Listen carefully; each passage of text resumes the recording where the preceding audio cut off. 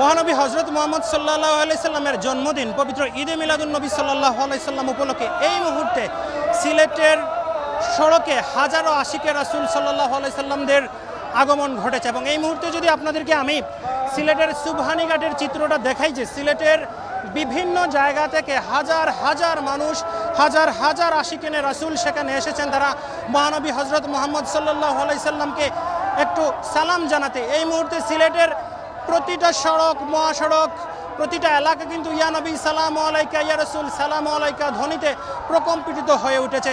হাজার হাজার মানুষ এসেছেন।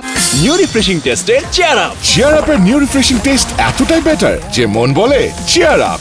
শুধু সিলেট না, লন্ডন, আমেরিকা, কাতার, দুবাই সহ বিশ্বের বিভিন্ন জায়গা থেকে বাংলাদেশ আঞ্জুমানে তালামিজে ইসলামিয়ার এই র্যালিতে অংশগ্রহণ করতে এসেছেন। আপনাদেরকে যদি আমি এই চিত্রটা দেখাই, যে সিলেটের রোজবির সামনে অর্থাৎ সুবহানীঘাট থেকে শুরু হয়ে এই র্যালিটি কিন্তু এই মুহূর্তে প্রায় 5 কিলোমিটার দূরে নায়েরপুলে অবস্থান করছে। কিন্তু মানুষের সংখ্যা গণনা করার ক্ষমতা কারণেই লাখের উপরে মানুষ হবে।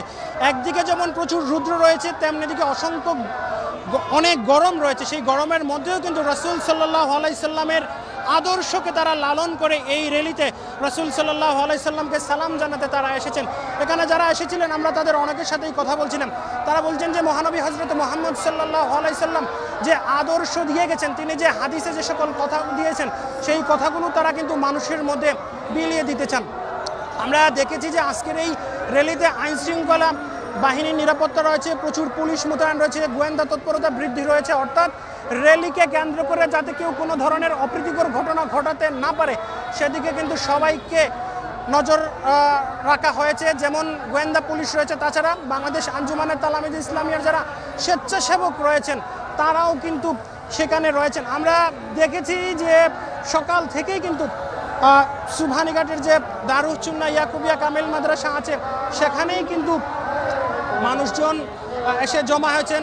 সিলেটের হবিগঞ্জের, সুনামগঞ্জের, মৌলভীবাজারের, ব্রাহ্মণবাড়িয়া, কুমিল্লার বিভিন্ন মাদ্রাসা থেকে কিন্তু হাজার হাজার মানুষ এই র্যালিতে এসেছেন। তারা এসে সেখানে বলছেন যে রাসূল সাল্লাল্লাহু আলাইহি সাল্লাম আমাদেরকে যে আদর্শ দিয়ে গেছেন, সেই আদর্শ মেনে যদি সমাজ চলতো তাহলে কিন্তু সমাজে অন্যায় হতো না, পাপাচার হতো না। এবং আজকের এই সুশৃঙ্খল র্যালি প্রমাণ করে যে রাসূল সাল্লাল্লাহু আলাইহি সাল্লামের আদর্শ কত ভালো ছিল। তিনি যেভাবে সুশৃঙ্খল থাকার কথা সবাইকে বলছিলেন, ঠিক সেইভাবেই কিন্তু সুশৃঙ্খলভাবে মানুষ এই র্যালিতে অংশগ্রহণ করছেন।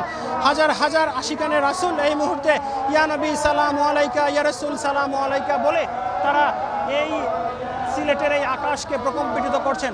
তারা বলছেন যে মহানবী হযরত মুহাম্মদ সাল্লাল্লাহু আলাইহি সাল্লাম হচ্ছেন সর্বকালের সর্বশ্রেষ্ঠ নবী এবং তিনি হচ্ছেন খাতামুন নবী অর্থাৎ সর্বশেষ নবী। তার যে আদর্শ রয়েছে সেই আদর্শে মেনে যদি মানুষ চলতো তাহলে কিন্তু সমাজে কখনোই অন্যায় হতো না, অত্যাচার হতো না, পাপাচার হতো না। তো এভাবেই আসলে আজকের এই র্যালি যেটি আছে সেটি কিন্তু এই সুবহানীঘাট থেকে শুরু হয়ে নায়েরপুল, রিগাবি বাজার, জিন্দাবাজার, সুবিদ বাজার শেষে বন্দর হয়ে আবারও এসে এই সুবহানীঘাটে শেষ হবে, যেখানে উপস্থিত আছেন হাজার হাজার আশিকে রাসূল সাল্লাল্লাহু আলাইহি সাল্লাম। এরপরে আলোচনা সভা হবে। তারা বলছেন যে রাসূলের আদর্শ, সর্বশেষ নবী হযরত মুহাম্মদ সাল্লাল্লাহু আলাইহি সাল্লামের আদর্শ মেনে চললে সমাজে কখনো অন্যায় হবে না, অত্যাচার হবে না, পাপাচার হবে না। হুসাইন আহমেদ সুজাত, ৭১ সিলেট।